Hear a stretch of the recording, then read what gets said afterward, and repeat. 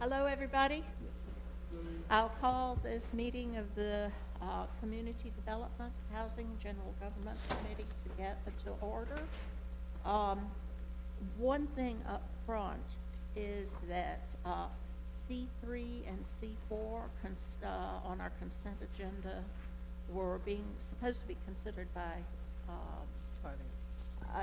by Finance Committee yesterday, and they ran out of time, so it was put off till next month. So I suggest that we do the same unless there's an objection. Madam Chair, I was just going to suggest that if we have time, we could still just get the briefing on those. It would be one of the few times we actually hear the information before the finance does. Okay. Sounds like a plan. If you would like to do that, we could go ahead and pull C3 and C4 just for a brief summary. Okay, all right, good. Any other items on consent that you would like to pull? Seeing none? Okay. I move that we approve the balance of the consent agenda. Second. Yes, ma'am. Okay, all in favor? Aye. Aye. Good. Could we have a report on C3?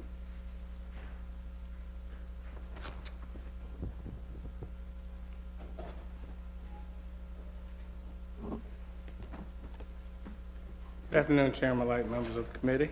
Good afternoon. I will try to be very, very brief. And what we wanted to do was actually just give you all an update on both of these programs. And I'll start with C3. What is C3? I don't have an agenda. Turn. RUCA, or turn. Burn.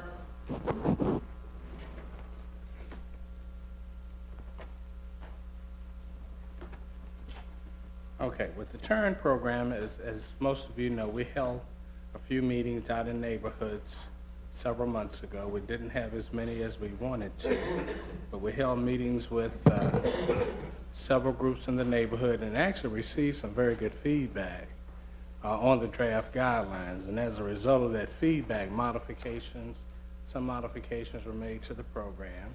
And what we provided you with are some of the highlights of that program, and I won't go through them for the sake of time, but they're here. But it just talks about the objective, what constitutes an eligible property, the types of property that will be eligible, gives some general ideas about the loan terms and what they will be, the total amount of assistance, and the interest rates. So that's the highlights that we provided.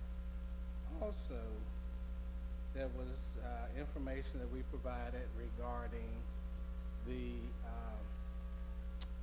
participation of what we're calling the coordinating agency, neighborhood coordinating agency, because just as the RUCA program, of which this program is patterned after, we want to utilize neighborhood associations, other neighborhood groups, CDCs, to help market the program in the particular areas.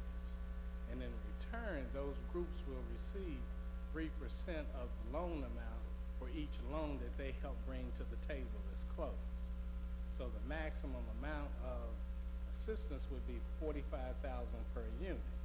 So if you had a CDC or organization that was marketing the program and they were able to bring a property owner, investor, or owner-occupant to the table and that application was processed, then they would receive 3% of that $45,000, and that amount could not be used for salaries.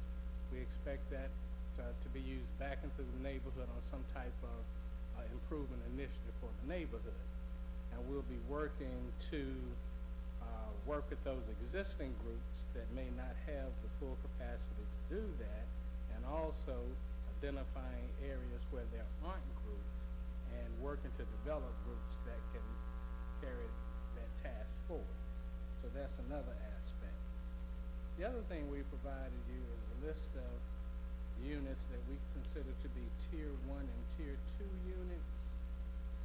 And I may need Tier 1 and Tier 2 units. And we looked at them in terms of recommending where where we believe to start the program off would be areas that meet what we consider to be the Tier 1 definitions that were identified based on housing conditions and other types of conditions to identify them. And they're identified in your package, and we have allocated $800,000 per Tier 1 area and $400,000 for the one Tier 2 area, and then set aside funds for infrastructure and admin costs. So those basically are the highlights of the TURN program. Of course, we'll provide more information to you and go into greater detail next month, but that's what we had prepared for you. And if you have any questions, staff can meet with you either individually or however you want to do that, and we can share this with you if you have questions before next month's presentation. Are there any immediate questions? Okay. Just one number kind of jumped out at me. If you look at the unfit percentages, the two highest are the Mineral Springs area at almost 26%, and the Bellevue area at about 24.5%. Bellevue is included in the proposed clerk set. Mineral Springs is not. Is there a particular reason that Mineral Springs is not favored as initial target? I can't think of a reason why it was not, and unfortunately, I don't have that particular page to refer to. I have that information from you, so let me, on the Tier 1 area, we looked at this about war, so if you look at the northeast area, the Bowen Park, the Derrick Crest area, there's potential, even though it's only 17.5% versus 26%, there's potential in our conversations with the United Way of leveraging tremendous other resources, because they also have programs that they're looking at bringing into that area. So this area being a priority of the council member, the fact that it does have other resources that we're going to bring to the table, I think it has a much greater opportunity for success working in that area now, sort of as a collaborative effort.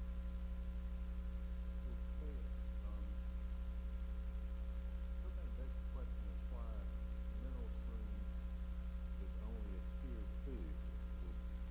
The difference on That's Tier a good 1 question, yeah. and Tier 2 are the number of complaints. That,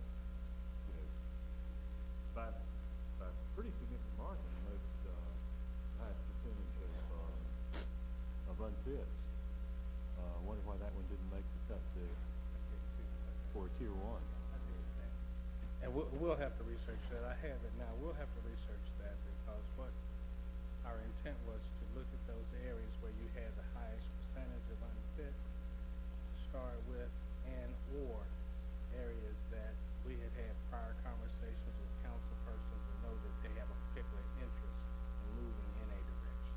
Yeah, I know that you're getting input from the council representatives for the area. You are going to be familiar with details of neighborhood character that I'm not. Yes. But still, that kind of jumped out. Okay. And Mitch, just as an addendum, you mentioned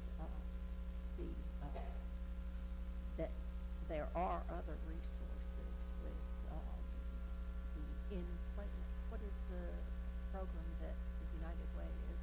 It's something in place or Place-based, I believe. place-based, yeah. And they intend to focus their efforts very heavily on certain areas. So maybe a combination, yeah. We are going to coordinate with this. How do we coordinate this with Historic Resources Commission? Are any of the target areas National Register districts, and if so, how does that play? Some of them may, and yes, the with all of our work, we coordinate with the planning department and cross-reference those historic districts and properties that we may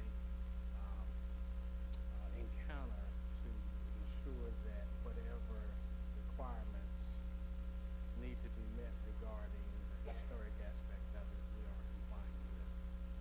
For instance, I don't believe it's one of the areas that we are suggesting moving forward with, but you've got the Youngstown area and a few other areas that I know are eligible that could fall into that category.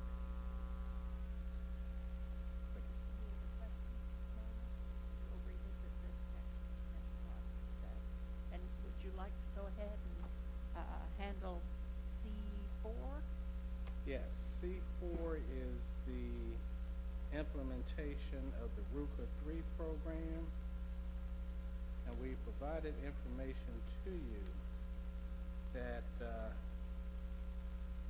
essentially outlines the 10 areas that have not been funded previously with RUCA funds that we are recommending to be funded out of this round of RUCA funding. And those areas are listed for you.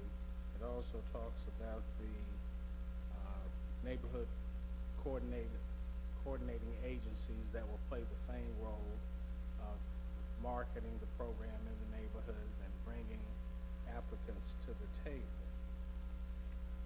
So we provided that schedule for you, and also for your reference, we provided information on the RUCA 1 and RUCA 2 funding to give you some reference point of those projects that had been approved prior to, and also a map listing all of the identified possible RUCA areas, as I understood to be approximately 35 to 38 when the program originally started.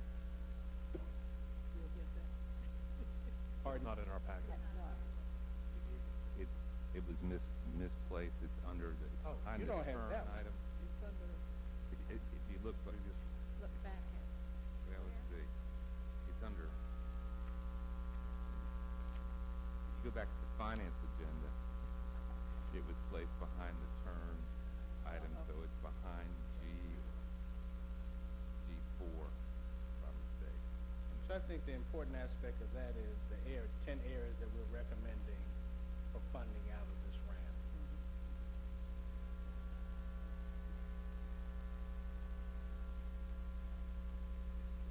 okay. All right. Okay. Yeah, are there any questions about, this? Look. Okay, thank you. Sort of did a little, springing of a surprise. Chairman Light, in reference to Councilman Betty's question on the previous one, on how we determine tier 1 versus tier 2 area, was based on the number of units, so this is a much smaller area, and look at the occupancy versus the vacant units.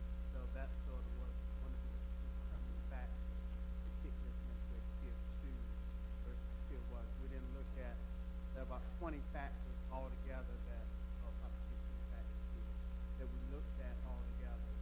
But the one that put it in tier 1 versus tier 2 was the occupancy rate. It's gonna take some digestion with it. It's a complicated, chart. Okay, if there are no questions, we'll, as I say, we'll revisit this. Yes. And it's more of a comment in talking with staff as they were preparing to bring this forward. I mentioned it then, and I understand the political side of what we deal with in investing in dollars in neighborhoods. But what I want to urge council to take high consideration is in the fact of making a real impact in neighborhoods. And the purpose of the program is to be able to do that, make a real impact in these neighborhoods. And so I know the recommendation that has come forward from staff in the neighborhoods that are listed there, and the dollar amounts associated with those particular neighborhoods. My only concern is in some areas, in some neighborhoods, the dollar amount associated with being invested in those neighborhoods, does that make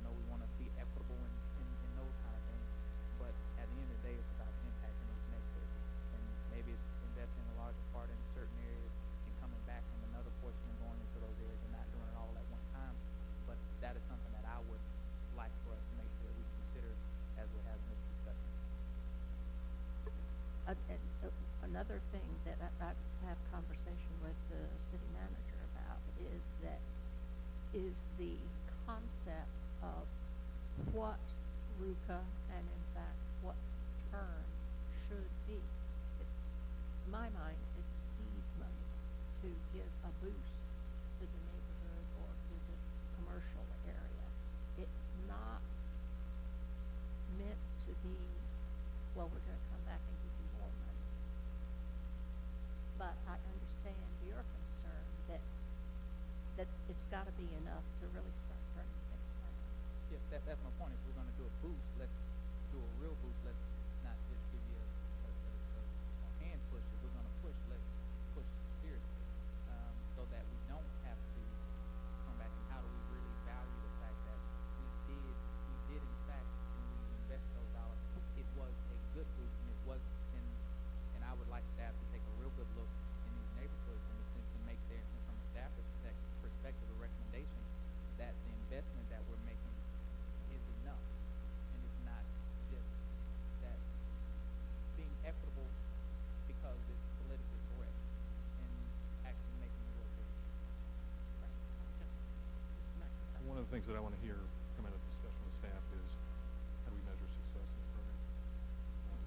I have experience in working in some of these neighborhoods and spending money and being frustrated by the result. And so I want to know what we're really trying to achieve. How do we know what we have to achieve? Councilmember Adams is all about data. I'm just going to say that this is one that we really need to have some data on. Are we actually improving retail values, or are we raising tax values? How do we measure success? And I know it's not just those things. There's community aspects to it as well. We need to know when we're done a good job. And perhaps that's something to come back and bring us next month is, your evaluation of what difference this is going to make in a given neighborhood, and how we measure it. Yes, thank you. I would be interested, Mr. Brooks, on some of the comments that the potential participants probably made that, you could get to us. And, so far as measuring the success, for those of us that have been in community development a long time, I remember Mr. Brooks he was real young when he came to the city. But the point is Mr. Brooks knows, and Mr. Page, the success is that we can do all the brick and mortar we want. And to Councilmember McIntosh's point, it won't matter.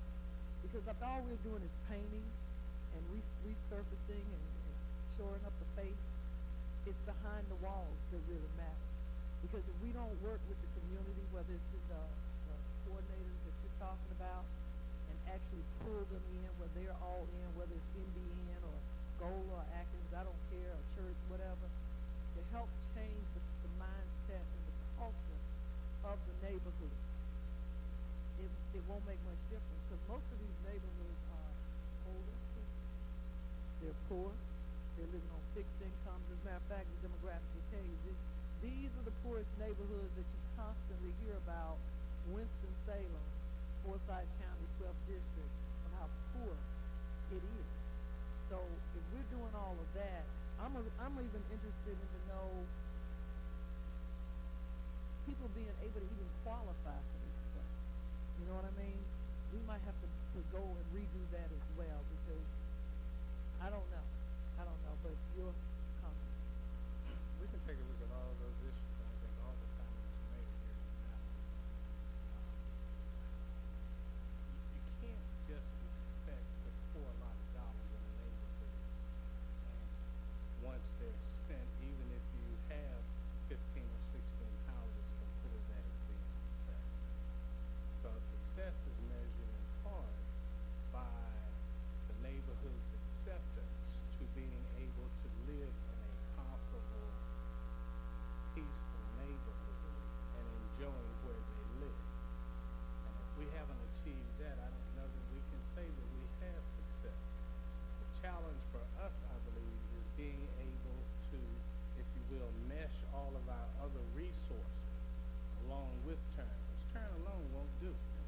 We've got to have a strong home maintenance program for individuals, and we've built that into the program where not only property owners, but the investors are going to be required to come to home maintenance classes for that sustainability piece. Looking at our other loan products, although the terms aren't the same, they're still favorable terms. And looking at that other tier that may be slightly above 80%, and how do you get them involved? So it's going to be a challenge to bring all of our resources together, not only here at the city, but other partners throughout the city that do some of the things that we don't do best, because we don't do everything good. And we have to rely and search out others who have their niche at doing improvement initiatives, and make sure that they're at the table with us working for the same purpose. And that's what we have been attempting to do. We started that not some time ago, but we had a meeting today, and that's what we're going to be reaching out more to do.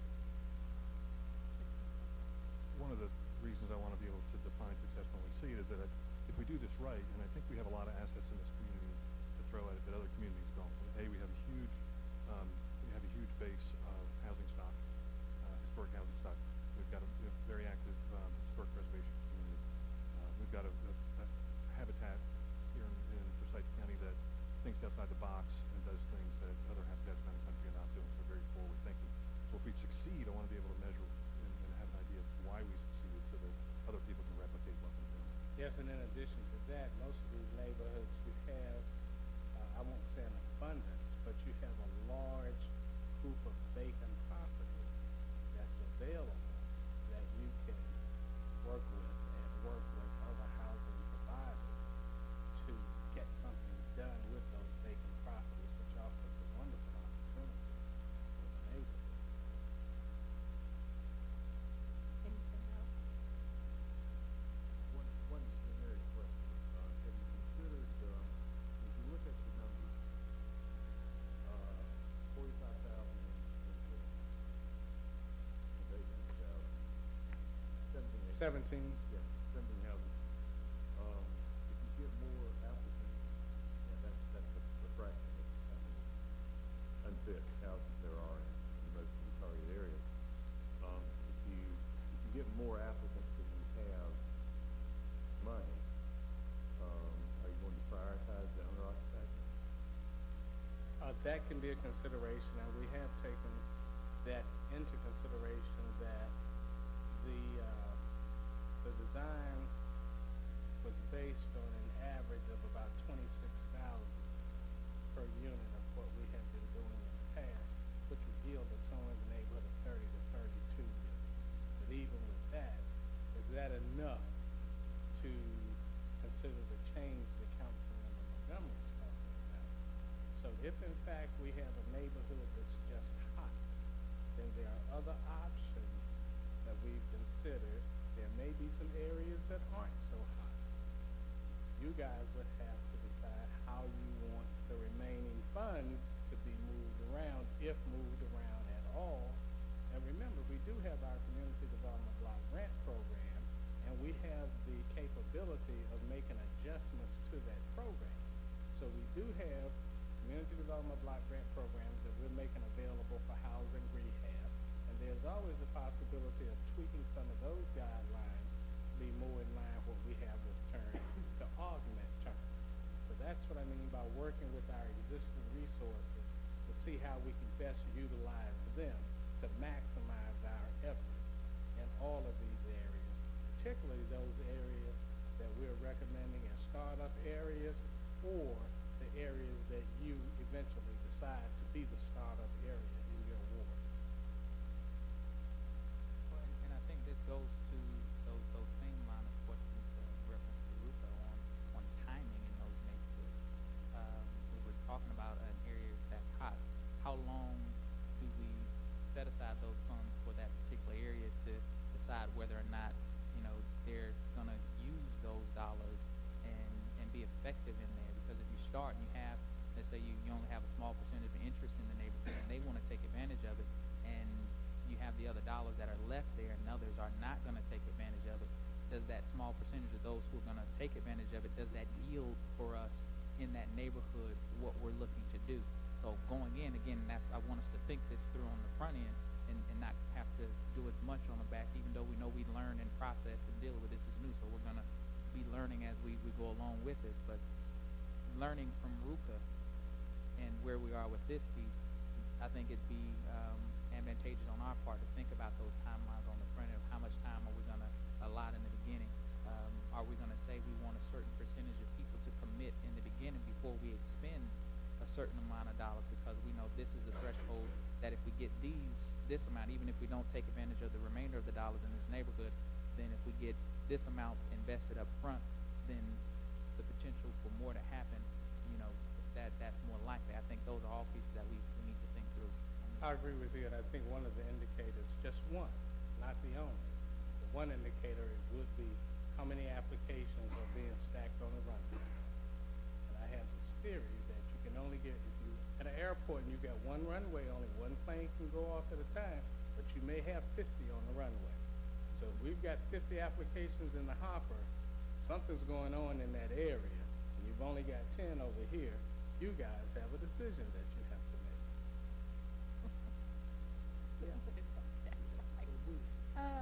Okay, Mr. Manager, you have anything to add? No, we're gonna work on trying to define some time limits. As Councilman Montgomery said yesterday, the groups can always come back. If it's 2-3 years, whatever the time limit is, and they haven't been able to put it together, they can always come back before we can move that money, before you move that money to another neighborhood. They can come back and ask for an extension, but, so we have some on the front end, some expectations as we're ready to go. And as I said to you this morning, I would like to see how much was allocated and how much is left in each one of the funded areas. But that goes back to what I stated a long time ago, Mr. Gary, about Mr. Brooks and Mr. Page, about the money when it comes to economic or community, particularly community development. We give the money to the agencies, the nonprofits, or whoever it is, and we never know, the council, staff may know, but we don't know where they are in the process of the funding that they received from us to commence a project. And that's why I brought that back again yesterday about the timeline. We can't, it's like a bank account. We just can't give people money and you know, we got good intentions. But if we never know where they are in the project and the money is just sitting there, then that money, now I know, and I do know there are some projects that's been on hold for at least 3 or 4 years since I've been on the council. We've got no report. We don't, you might have it, but we don't have it. And therefore, I think that's a disservice to the people who we gave the money to. And this is where we have to step up, and we have to, you know, now that we're moving into another area where we're going to put in the guidelines, these timelines, I think we need to circle back around, Mr. Brooks, Mr. Page, and touch bases with those agencies and nonprofits that have received funds from the city that have not moved on their project. Because now, to me, we have to decide, make a decision, whether we're going to allow them to continue to hold that money, or we're going to say, if it's like bill collectors and banks and everybody else, if you have not began to utilize this money within 6 months, 90 days, then we will start to pull some of that money down in increments back into the community coffers so we can use them for some other efforts. Okay? Actually, Mr. Page and I were looking at that this afternoon. There are 2 different, I guess, types of funding. We have given the council a fund balance report. Did one last year. It's got another one coming in a couple of weeks. But those, and that will show you some of the allocations, but that is only where we've actually have the cash allocated to for instance, Union. We have money allocated for that project, which hasn't happened yet, you know. But then there's a whole nother group of nonprofits where it's CDBG or other federal housing grant programs where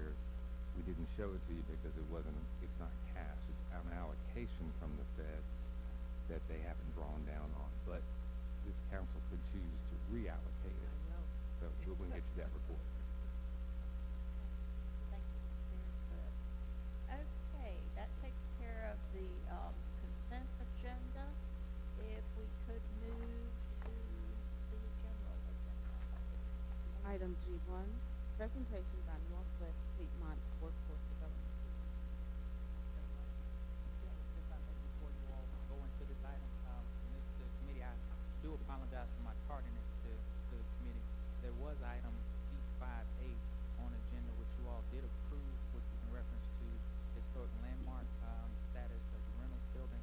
And there were some questions I had in reference to that, and I can get with that, but if those questions don't get answered, I won't be able to support this when it comes to council. Well, do you want to ask those questions now, or do you want to ask them Monday night? Well, if they're not answered Monday night, then Okay. Well, it may need to be reconsidered. And the staff, Staff has already left, so, when we approved it. So, can we put that on the, general agenda Monday night? Okay, and perhaps you could, speak with, Ms. McCullough, and have her, prime to answer the question to you? And petitions as well. So. Okay, all right, thank you. All right. Okay, sorry for the interruption, Trent. If you would also like to, or Matthew can do it, introduce some of the regional council staff who are here. Sure, I'd be happy to. I have with me today, my name is Trent Cockrum, and I am the chair of the Northwest Piedmont Workforce Development Board. I'm also the president and CEO of Hospice of Piedmont and High Point, and a longtime resident of the West Ward of Winston-Salem. So thank you for the invitation. I'm joined today by Ms. Althea Harrison, who is the executive director of the Northwest Piedmont Workforce Development Board, Mr. Jeff Mosley, Ms. Jordan Pass, Reginald McCaskill, and then of course Matthew Gold, who's the executive director of the Piedmont Tri-Regional Council. Welcome all of you. Thank you. So I did prepare a brief presentation, and I'll try not to belabor any of the topics too terribly much, about the Workforce Development Board, who we are and what we do. And I'm going to try and navigate this. Here we go. But in thinking about what we do today, I think it's important to have a little bit of a history of where we came from. And back in the early 80s into the mid 90s, late 90s, we were funded actually through a JTPA, or Job Training Partnership Act. And then in 1998, those funding streams changed to the Workforce Investment Act, and then they will change again in July of this year to the Workforce Innovation and Opportunity Act. And all of those are all of that is federal legislation and federal dollars that are funneled down through both direct from the federal government and also through the state government as well. The primary objective of all of those pieces of legislation was really to coordinate state and federal dollars, workforce development dollars more specifically, to evaluate the needs of local business and community and develop programs that were outcomes oriented. We needed to have a measure of what we were doing and what successes we were having, to effectively close the existing skill gap within the local workforce, which we knew that existed, develop a pipeline of workers that possess the skills to meet the employment needs of both existing but also emerging industries, because that's equally important. Not just serving the needs of the incumbent industries, but also those of the emerging industries. Even more importantly, we are a private industry-led organization. 51%, in fact, of our 31 members, all of whom are appointed by elected officials and of the constituencies within the Northwest Piedmont. 51% is private sector, 49% is public sector. We'll talk a little bit more about that in just a little bit as well. And all of us represent, as I said, the constituencies and municipalities that are served by the board. And you can see just to the left there the counties that we actually do serve are Yadkin, Forsyth, Davie, Rockingham, Surrey, and Stoughton. So 6 counties of the Northwest Piedmont. So a review of exactly what we do. Our resources are really important. You can see to the right that for our funding streams for 2014-2015 fiscal year, just about $6 million, and that's going to be a real important number for you to remember when I show you some other numbers in just a few moments. But each of our appointed members represents a varied background of private industry and public sector. We have a staff, of course, who examine real-time local labor market information, because that's important for us to be able to make decisions, because we are a policy-making oversight entity for those state and federal dollars that are funneled into the Northwest Piedmont region. Members and staff alike interface with local chambers, economic developers, and local businesses, because we have to be able to understand and know not only what the existing need is, but what the projected need for employees are going to be, or employment is going to be at some point in the future, which varies from time to time. The board's work is supported by a new, robust MIS system, management information system, that came online back in 2013, I think. Is that right, Althea? From North Carolina Department of Commerce, which really sort of took about 5 different systems and put it all together. So that has been a monumental undertaking, as you can imagine, but we're able to get some fairly robust information out of that now, as we're beginning to learn how to use it and get the informatics out of it. It helps us keep us abreast of existing and emerging needs within the region of employment. So, how do we identify areas of needs of employment? Currently, our identified areas of training are advanced manufacturing, aviation, logistics and distribution, not surprising, healthcare, and then entrepreneurship and small business support. We do have a cadre of staff who are actually able to help support small businesses with a number of different initiatives like policy development, employment practices, training, things of that nature. And then we identify our targeted training areas by things like the SED study, a comprehensive economic development study, which the last one was done in 2013, maintaining close relationship with our network of chambers and economic developers, existing industry leaders. Those private sector members, 51% of our board, are representative of leaders from the private sector of those 6 counties. And so we are very much attuned to the needs of the different constituencies within those counties. Also engaging with community colleges and other educational institutions or providers. And then we also have dedicated business service representatives who are actively engaging with existing employers within the region as well. So our program is really divided into about 3 distinct programs under the Workforce Investment and Soon-to-Be and Opportunity Act. And that is dislocated worker, and that is exactly what it implies. Those are individuals who are currently either unemployed or of course, out of work.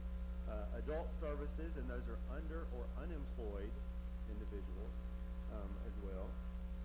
So they could be underemployed, meaning that their skill set actually would qualify them for a position or a job beyond the station that they currently occupy in employment. And then also youth services, which are really for ages 16 to 21 years of age, and that is actually through our E-Link program.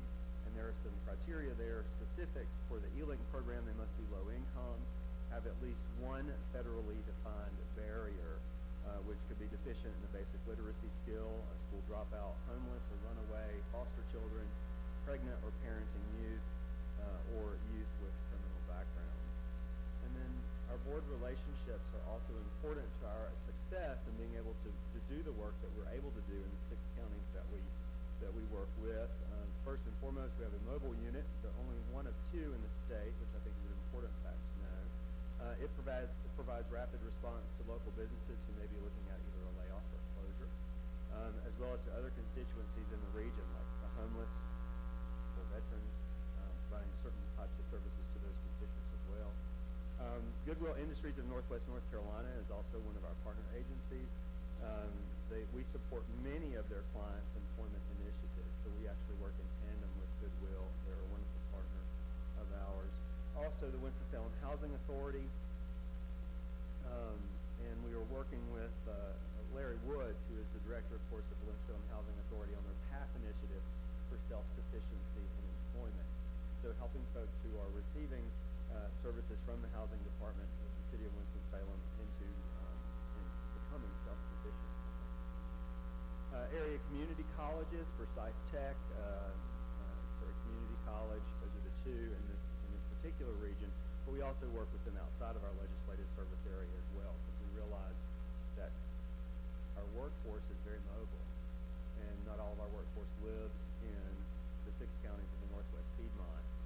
Many of them may commute from other legislative service districts, like Greensboro, High Point, or others from in and around the 12 counties of the Piedmont Triad.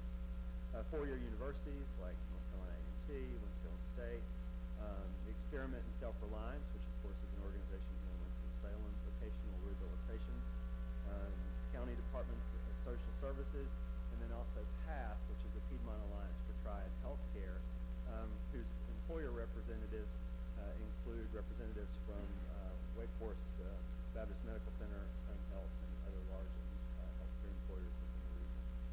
And that is truly a regional initiative. So, performance by the numbers, and I realize that these are hard to see, but I think these are important for you to know. I pulled out the Forsyth County only numbers, though you can see that they are actually listed as the green sort of line at the bottom, and then the total served for all the 6 counties of the Piedmont Triad, of the Northwest Piedmont, actually, is the line just above that. And you can see Forsyth County makes up the lion's share of all the customers and all of the services that are provided to individuals who come through the board managed workforce centers. And you can see the distinct number of individuals receiving services in fiscal year 2013 through 14 was in total 27,398, of which 49% of those were actually Forsyth County residents. And you can see again to the right the total number of county clients served, Forsyth County clients who were served as a percentage of the total number of individuals served. In almost every case, it is just slightly under or equal to or greater than 50% of all of the services that were delivered in the Northwest Piedmont were provided to individuals from Forsyth County.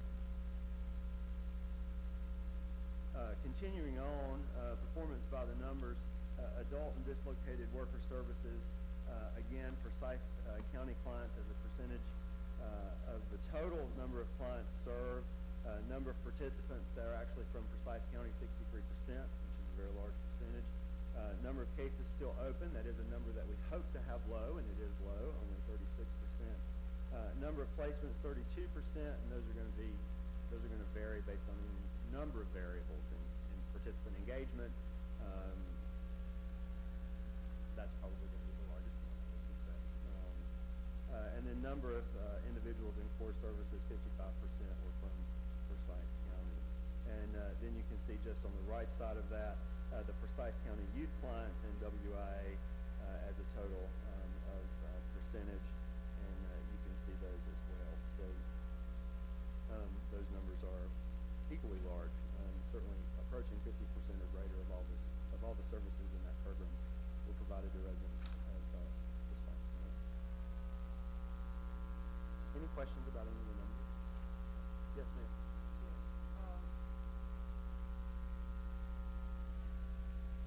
I personally would have rather seen numbers versus percentages, and I'd also, I commend you and your organization for the great work that you do.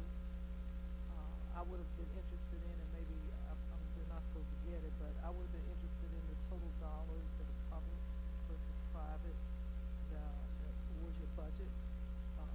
I would have liked to see a list of your board members and what they do or have done in the community. I'm one of those people, I'm not going to say I'm a hater or anything, but he laughed. Staff probably laughed too. But I'm one of those people that, again, I always tell everyone, we always have all this money that we throw at all of the issues of the world in our community as well as others. I was at an initiative where they had all of the people that were getting all the money to help the people who needed it the most, and nobody could tell me at that meeting, what is the total cost of money that is given by the community, public or private, to improve quality of life? Sure. My issue is, as we move forward, is that I don't see enough success stories of even the organizations. You show us numbers, you're not the only one. We see everybody's numbers. Mm-hmm. But I remember back in the day, the real people had to come in and tell a story, or the story was told in the press or somewhere, Sure. where somebody said, you know, X got 15 people trained who didn't have a GED, they got it now, they work at X, they make an X, the family is moving out of poverty or something. Right. You know, so I'm just, you know, I don't know, you know, I mean, I see all of this, but for me, and I think I understand numbers pretty good. I used to create charts and stuff like this, but I'm just concerned. That's all about the workforce and about who we really helping here. Sure. You got your youth plugged in here, and we all know they're hurting right now, particularly in the poor neighborhoods. Right. So my thing is, you know, I see numbers. Sure. A couple of responses to that. First off, if you'll recall at the beginning of the presentation, I did indicate that all of our funding is state and federal dollars. So we don't receive anything from the municipality of Winston-Salem or Forsyth County specifically or directly. Those are all, again, state and federal dollars. But I understand your concern. To your point, and I'm trying to recall exactly. And I guess what I'm looking for, like you have on here, the people and the relationships that you have. Yes. My thing is, tell me how many people came out of public housing with the housing Sure. authority that actually got work or that are moved on to Forsyth Tech. You know, tell me how many people that you worked, helped, that got the Caterpillar. Where did they come from? I mean, when it comes to Forsyth County, I'm more interested in Winston-Salem than Sure. anything, because our poverty is a little bit more than other places. Sure. It's all contained here. I'm going to talk about some of those things in just a couple of moments. All right. But in terms of numbers, I do have the real numbers of individuals that were served. And let's see, was there something in particular that you had a question about, or? Well, like I said, I just, you know. There were 344 participants served in Forsyth County through adult and dislocated worker, and 141 in youth programming, of which 46 of them had placements. Those are, which made statistically it made better sense for me to show a percentage of the total number of served, as opposed to actually showing you numbers. But we can certainly provide that to you, Councilwoman Adams. Yes, of course. Just a quick question about, Sure. what are the percentage of, you have it broken down by percentage of clients that are from Forsyth County. Do those numbers track the overall percentages in the area? What I'm asking is, does Forsyth County have a share? It is a disproportionate share consistently, and I think really because the other areas are primarily rural, and of course obviously Winston-Salem is urban, and I think that's the biggest difference, quite honestly. And there's a percentage of population too. We're looking at a population center of over 230,000 people just in the city of Winston-Salem, and slightly larger than that. Mm-hmm. Yes, they are. For 10 times the population, we have more than 10 times the number of clients using this service. Yes, I would say that's probably accurate. Mr. Conway. Yes, my question is track along the same lines in reference to the proportions of people served, to the degree in which, how does that affect how we set up our metrics in the beginning in terms of the, excuse me, the studies that are done. I think you mentioned the SIDS. So the SED study, yes. What does that actually stand for? A comprehensive economic development study. And so that looks at the all 6 counties. Yes. Correct. And Yes. it looks at the workforce there in terms of needs within all 6 counties. Correct. Yes, and actually it may be larger, though. I'm going to defer that to Matthew. Right. Okay, so it looks at all 12 counties. Right. In the area. And the reason I was going on those lines is to wonder if, in fact, because one of the questions that comes to council again and again is when we look at workforce development dollars,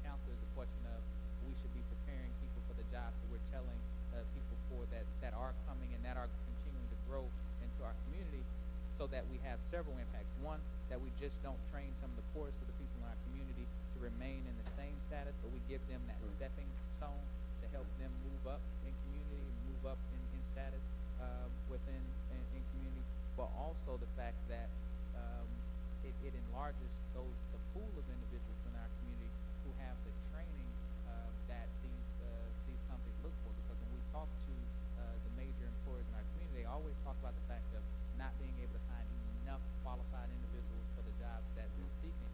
And so we always ask the question, how do we match those dollars with what that need is? And we always get that, well, they can only be spent on this, or this is how the program is designed for this piece. And so it's that constant question, is this is what they say they don't have, that there's a need for it. How do we match that training up to make sure that we're able to help train people for those particular jobs? At least that's my question. That's the place that I continue to struggle to see how we're aligning those things. I don't have any question about some of the pieces and the good work that happens there, but it goes to that next level of when we see these companies out here that are saying they can't find the people, how we working to help fill that void, fill that gap. We have people who we know who are unemployed, who are trainable.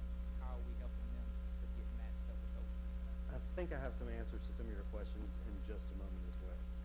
Okay, if I don't, then we'll revisit that question again. So, board support of industry and business is, of course, as you can imagine, very key.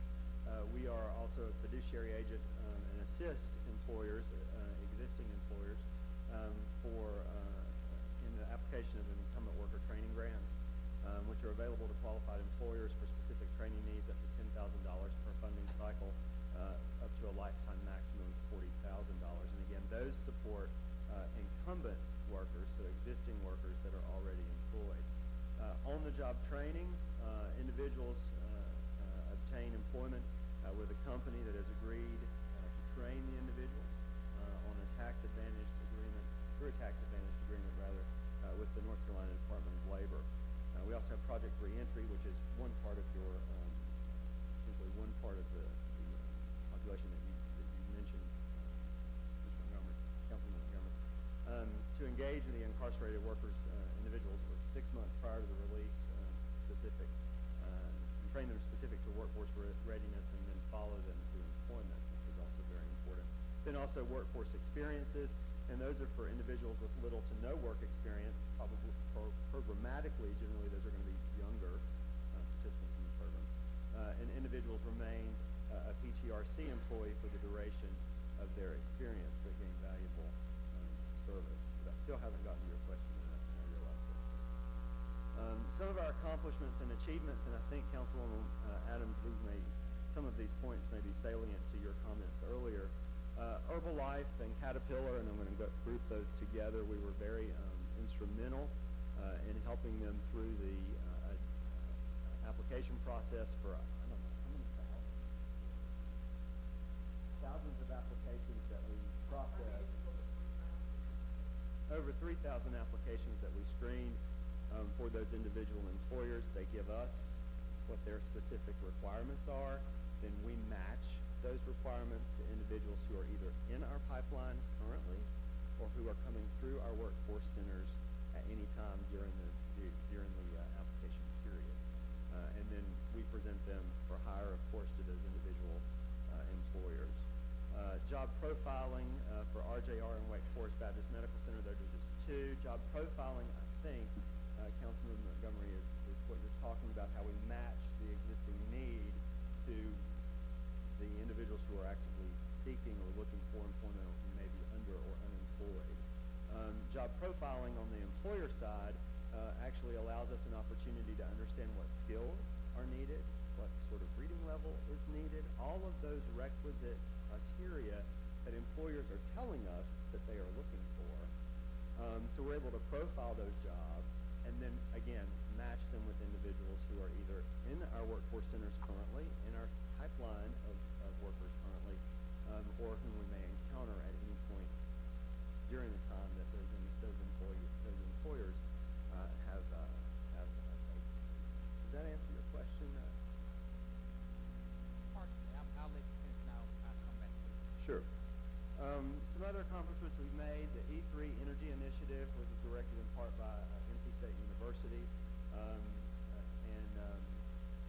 that we really worked with BE Aerospace, so we worked with a number of different employers in the region, but BE Aerospace is the largest one in Tri-County that we worked with, who realized significant savings by reducing their carbon footprint.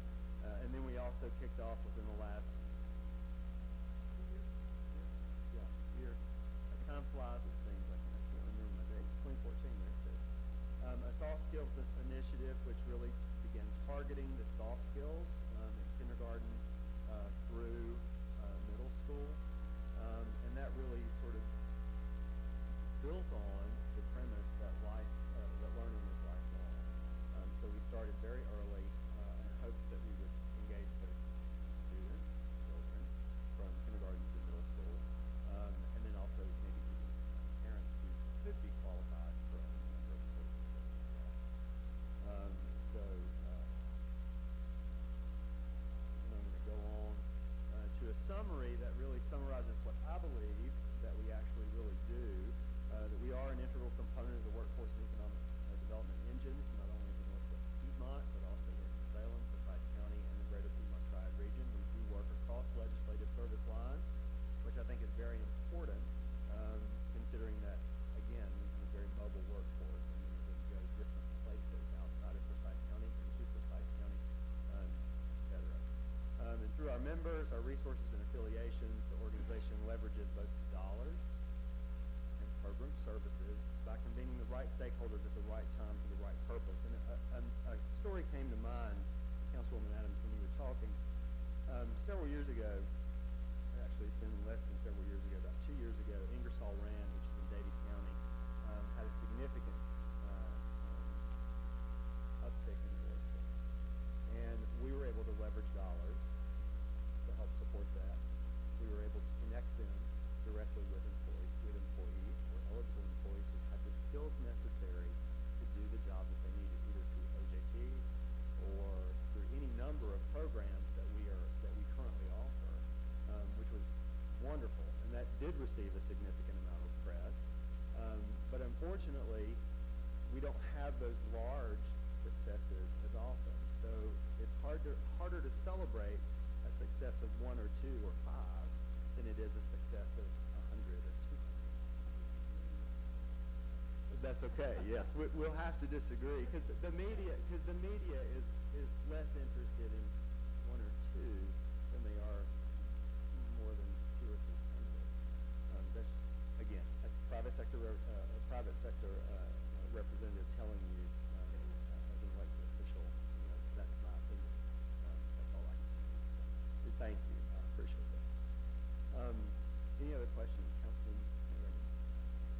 Just in terms of the point I was making, and you did touch on it, I'm aware of many of those feature programs that are associated that you mentioned there. But it's more so along the lines when we talk about, yes, what the industries that we have in the community set up and say what they need, as you said, the profile of that standard that they have.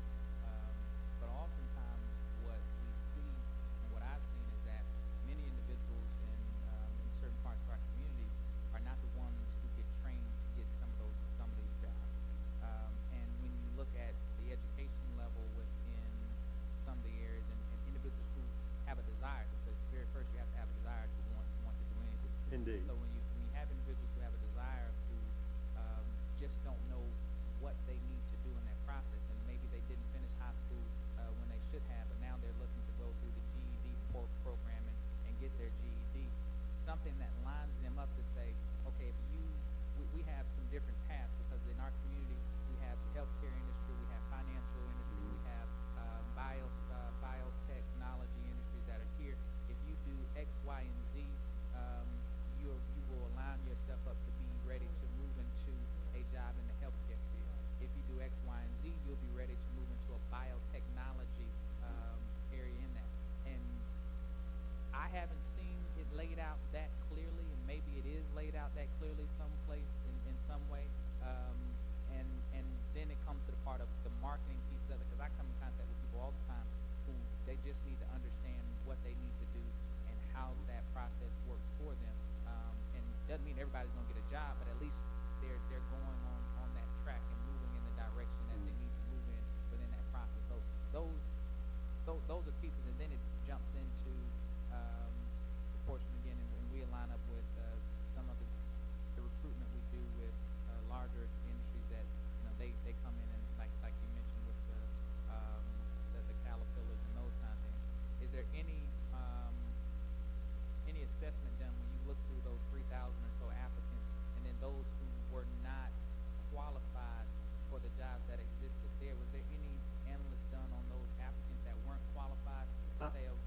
Yes, our system actually, our MIS system actually has a job matching component.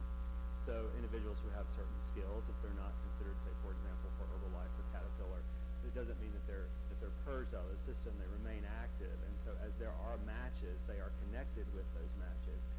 To one of your other points, however, I think that these are more of a system issue and dependent upon not a workforce necessarily system issue, but a coordinated system issue between workforce development, education, which we do have, but also it's dependent upon access points of where those individuals that you're talking about are going to access pieces of information.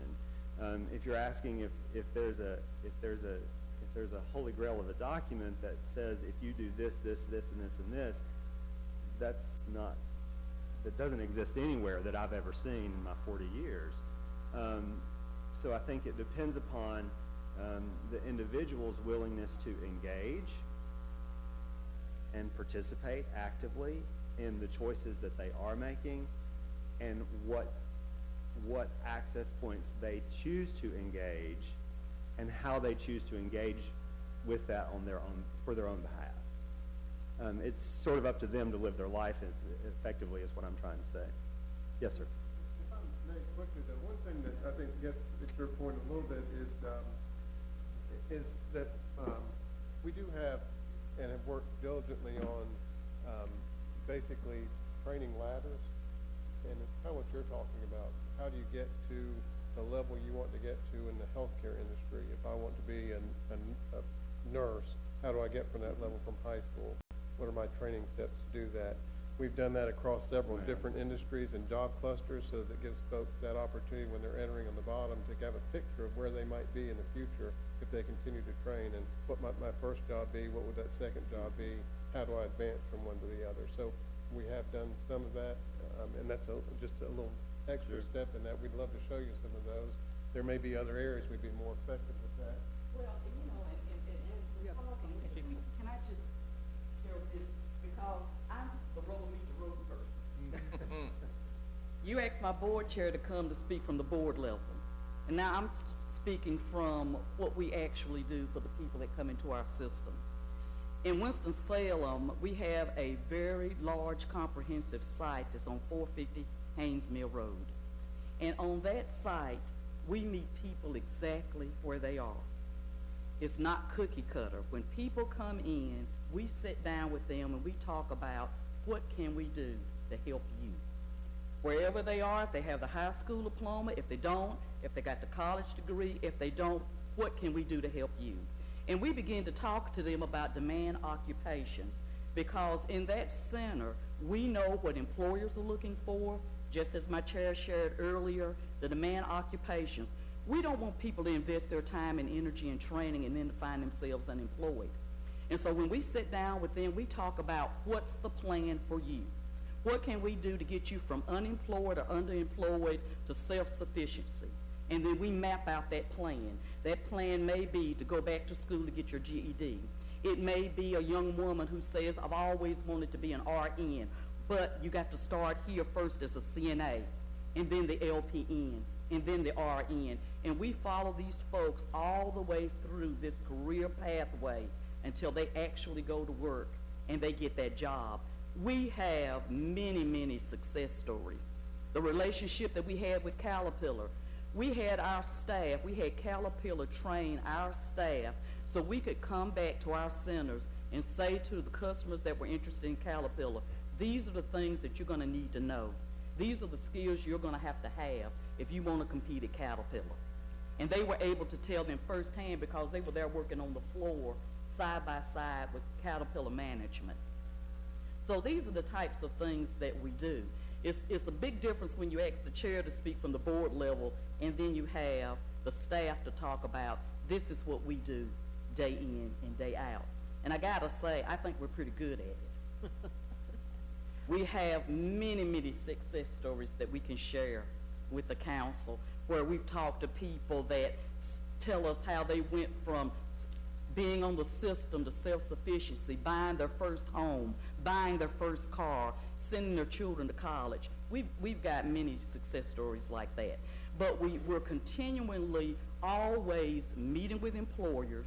We just finished an initiative across the state. Governor McCrory asked that we meet with 10 employers in each of our counties. It was 1,100. We met with employers and we sat down, and the instruction that we received, listen to what the employer says they need. And then you go back and put things in place to make it happen. The center on 450 West Haynes Mill Road, we partnered with the community college. The board made sure that there was space available at that site, that the board is footing the bill for, that classes are going on that site. So when folks come there, they not only get career counseling, labor market information, supportive services, they can take classes right there at the site. Thank you, Althea. Absolutely. Any other questions for me? I think she pretty much summed it up fairly well.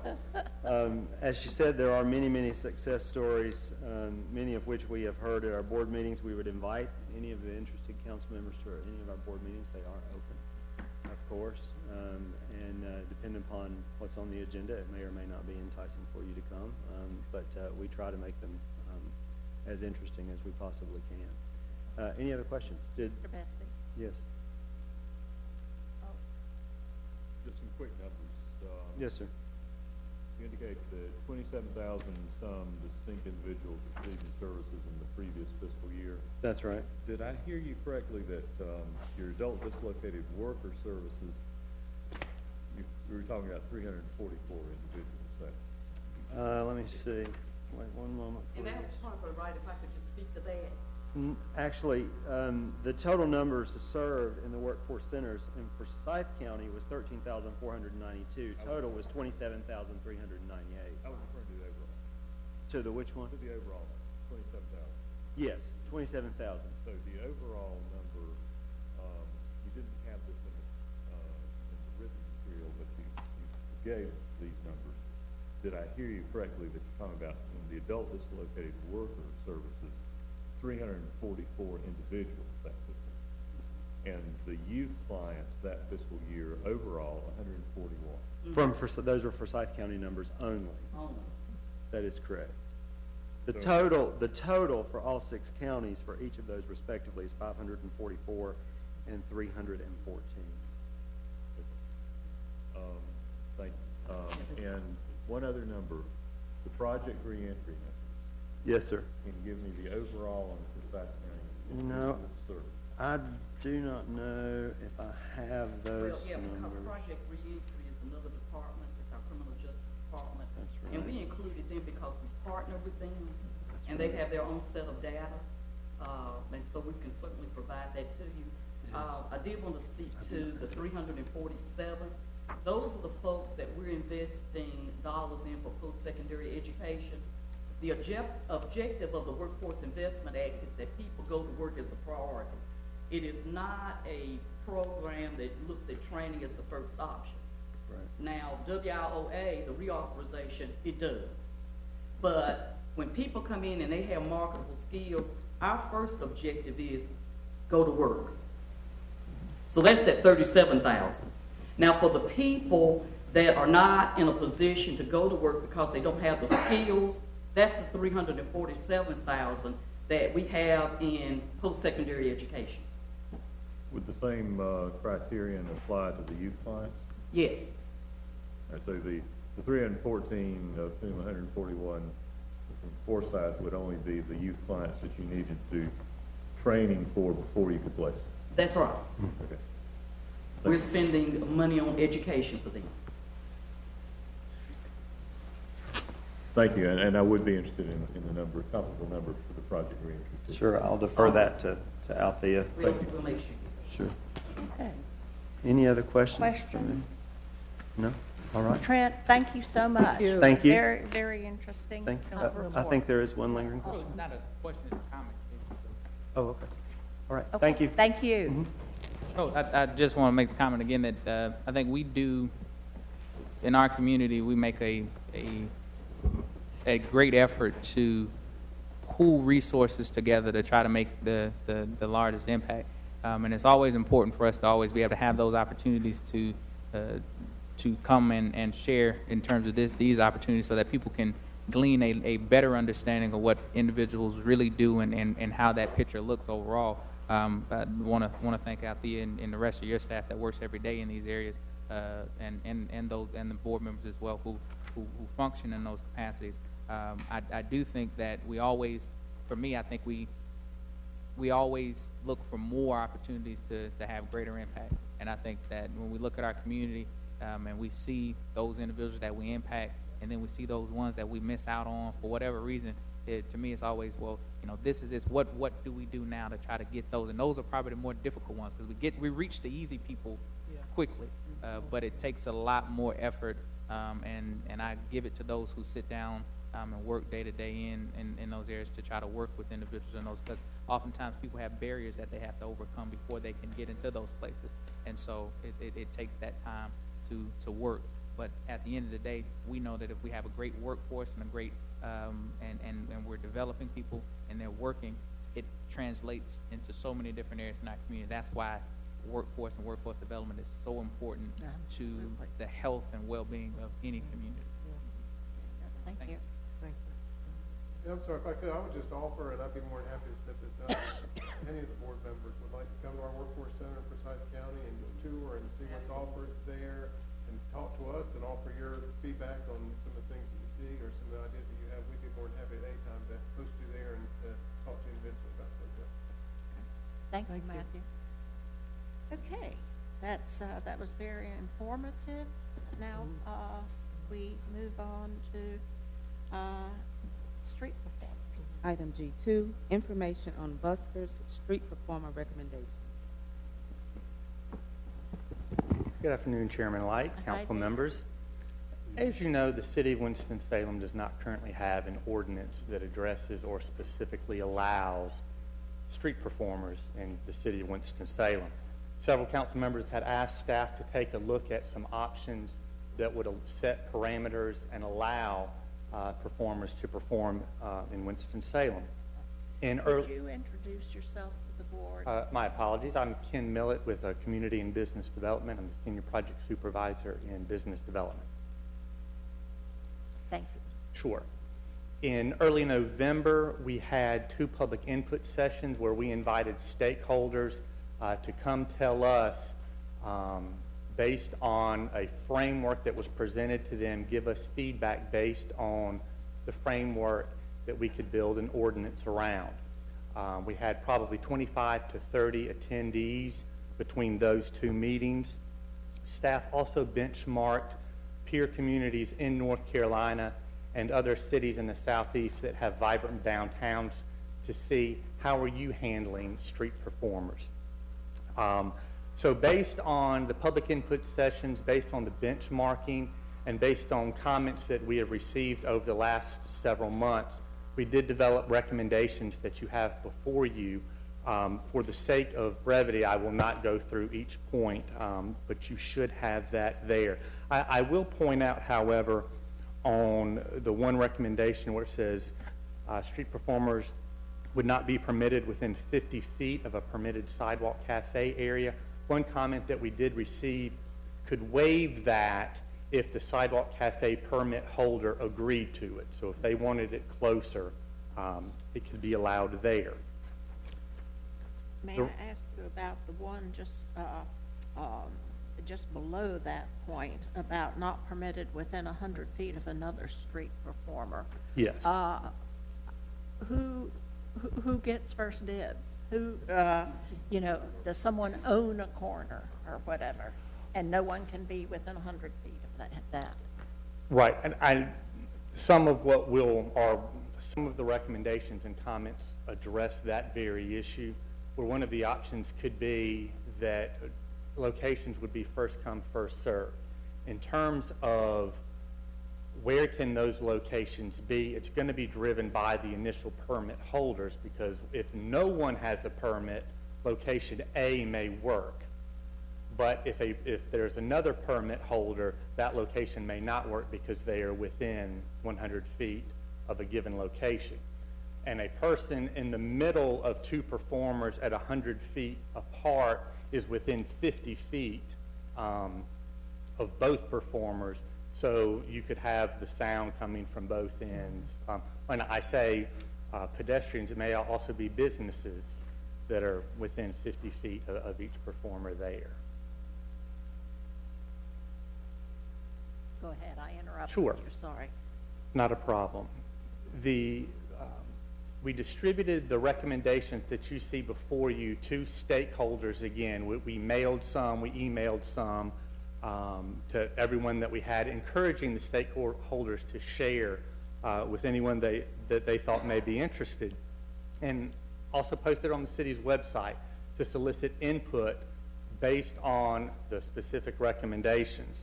Some of the suggestions that we included that differed from the recommendations were not allowing performers within 100 feet of residential areas, that the performers should not be audible for 100 feet in any direction, including vertically, so not just horizontally, but also up in the upper floors of high-rise buildings. Discussion was had about percussion instruments, drums. I'm sure there are other percussion instruments, but drums is what comes to mind as to whether or not percussion instruments should be allowed, simply because that bass noise travels farther distances than does other types of noise. The other thing that may address the location issue of who has dibs, I think was the phrase you used, who has dibs on a corner, is a suggestion of rotating performers, that you could be in a location for 1 hour, 2 hours, 4 hours. An issue that may come up there is tracking how long was this person at that location and having to constantly monitor that throughout the evening. Another thing was brought up that if amplification is not allowed and percussion instruments are not allowed, would it be necessary to have a time restriction?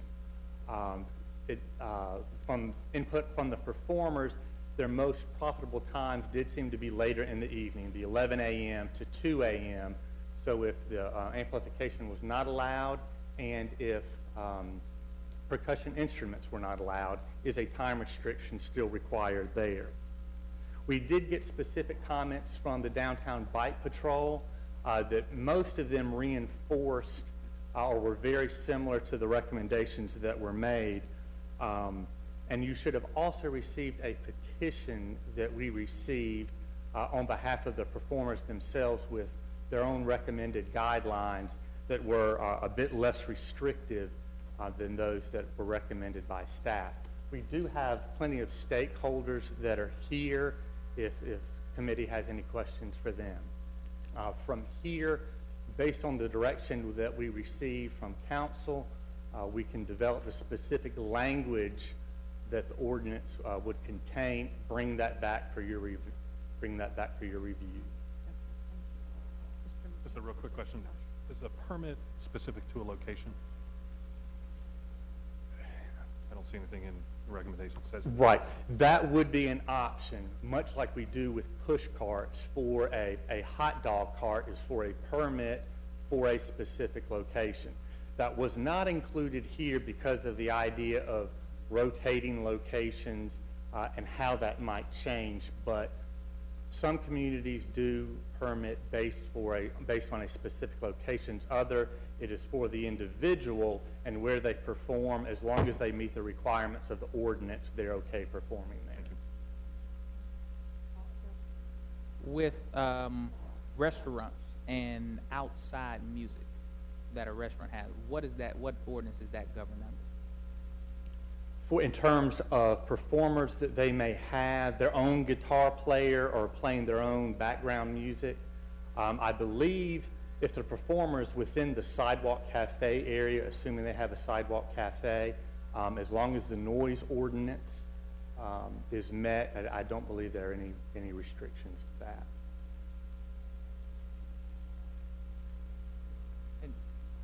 And so then the reason I asked that question is when I think about several restaurants downtown that during the summertime is pretty standard to have, bands or groups that perform outside on their decks or patios in those areas. I asked a question, and it challenges me, and again, I always bring up this question of equity in terms of the challenge of that outside, that busker, who performs outside. What is the difference between that busker and that performer within that restaurant that performs there? That would be the question, and I think if they broached that question, I think they would have fair ground to ask that question in terms of what's the difference between me and that performer who's performing at the rest. Did that come out at all in terms of discussion? I think the way that's addressed is with the 50 feet, because the noise ordinance addresses 50 feet, that if the restaurant chose to have their own performer or own music being played within their sidewalk cafe area, it can go, for lack of a better word, the sound can go for 50 feet beyond that area. So a performer would not be allowed within 50 feet of that sidewalk cafe. So I think that distance is how it's been addressed to this point. You have the distance, but then also in terms of you have the timing. In that restaurant, is that timing restriction the same as the noise ordinance?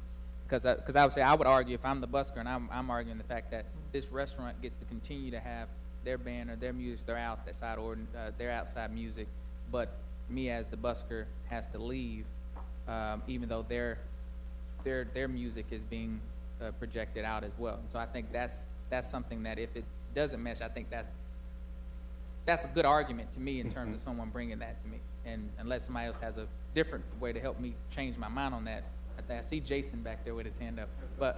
But that's a good argument to me in terms of where you stand on that. So I don't know. It's certainly one of the things I think that in the processing of this needs to be taken into account. Yeah, Mr. Bessie. Following up on that, I know we discussed limiting sidewalk cafe performances on the questions of time and amplification. I thought we prohibited amplification within the sidewalk cafe. Yeah. And what comes to my mind is I'm thinking about the roof, the district. District is not they're not on the street, but they have music outside that projects out. And I know, but they were there. I know it's in the entertainment district, but they had that before we were in the entertainment district, and that's understood. And then you also have a little further down at on the right hand side. Finnegan's Wake.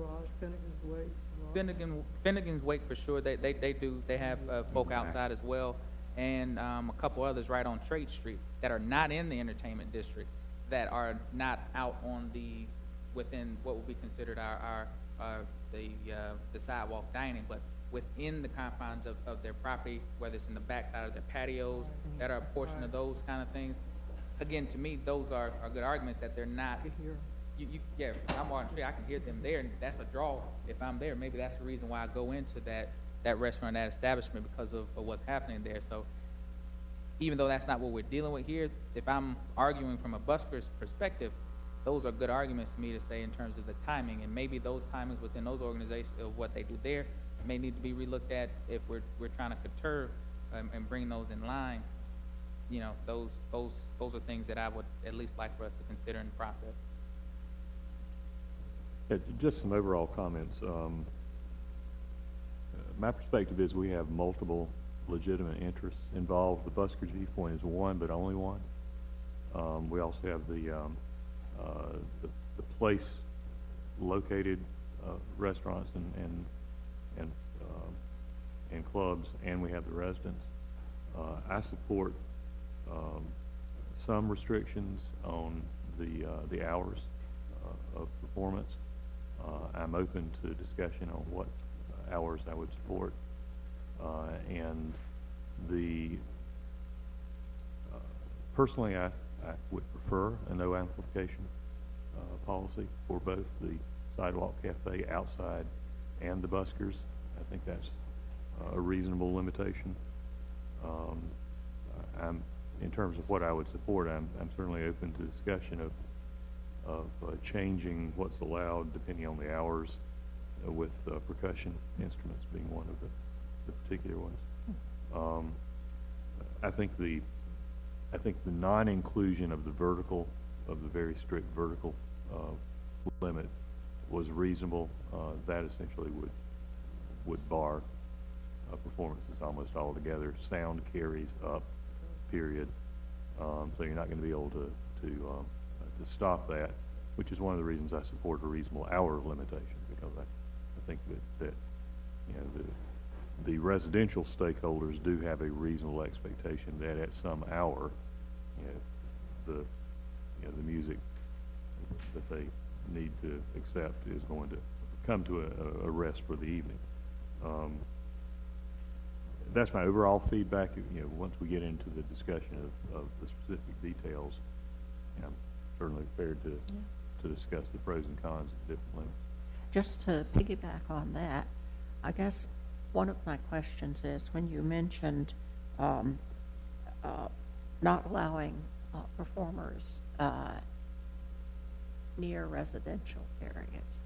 Well, it's getting so that downtown has a residential component, whether it's over a restaurant or a high-rise Nissan building or whatever. So that's certainly something I think we need to take a look at and see how do you manage that? How do you police it? So, Jeff. Let me first say, I love the fact that we're dealing with a product of our success in downtown. Yeah, amen. If we were having this conversation even 5, 7, certainly 10 years ago, we wouldn't be so concerned about what residents thought, because there weren't any. So we're dealing with the product of our success. A large component of that success is the residential character, because in the 30 years that we've been talking about downtown redevelopment, the thing that kicked it off was the Nissan building.